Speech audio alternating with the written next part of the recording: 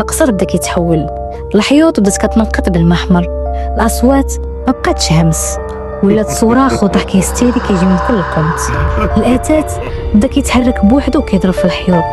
رضا تحصن في واحد البيت، شاد في يدو شاقو لقاه في المضموره. فجاه الضو ديال الشمع طفى والباب ديال البيت تفرقع، وهو يبان ماشي جن عادي، ماشي شبح، كان واحد الكيان مظلم، عيني بحال شي جوج مرض العافيه. الريحه اللي دخلت معاه كانت ريحه الموت والفساد. الكيان ما قربش لرضا، ولكن بدا كيهضر بصوت جدو الحاج المختار. مرحبا بالهديه، مرحبا بالخلاص، جدك كان وفي بالعهد، ودابا جا دورك تكمل الحلقه. رضا بدا كيغوت وكيضرب الشاقور في الهواء، ولكن الكيان كان غير كيضحك. بدات الهلوسه، رضا ولا كيشوف راسو معلق في ديك السلسله في المطموره، وكيشوف جدودو كاملين واقفين دايرين بيه وكيشوفوا فيه بواحد النظرات اللي بارده بحال كيقولوا ليه هذا هو قدرنا. حس بلحمو كيتشلل وبواحد القوه خفيه كترفعو للسما وكتجر وجه الدروج اللي كيهبطوا المطموره واللي هو المذبح. في ديك اللحظه ديال الياس رضا تفكر واحد الحاجه اللي كان لمحها ليه في مذكره ديال جدو، نقطه ضعف العهد.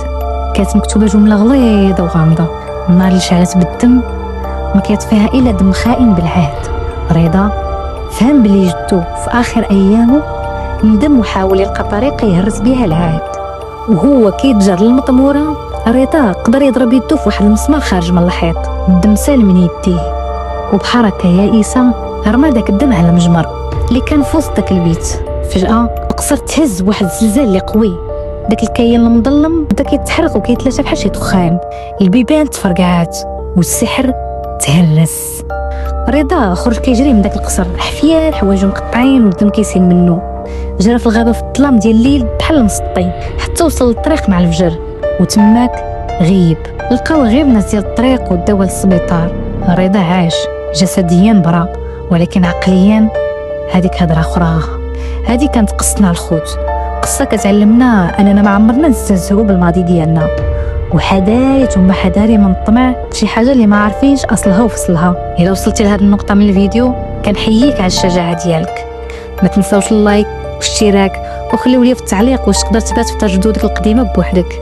كانت معكم اختكم من قناه فيلم فليكس. تهلاو.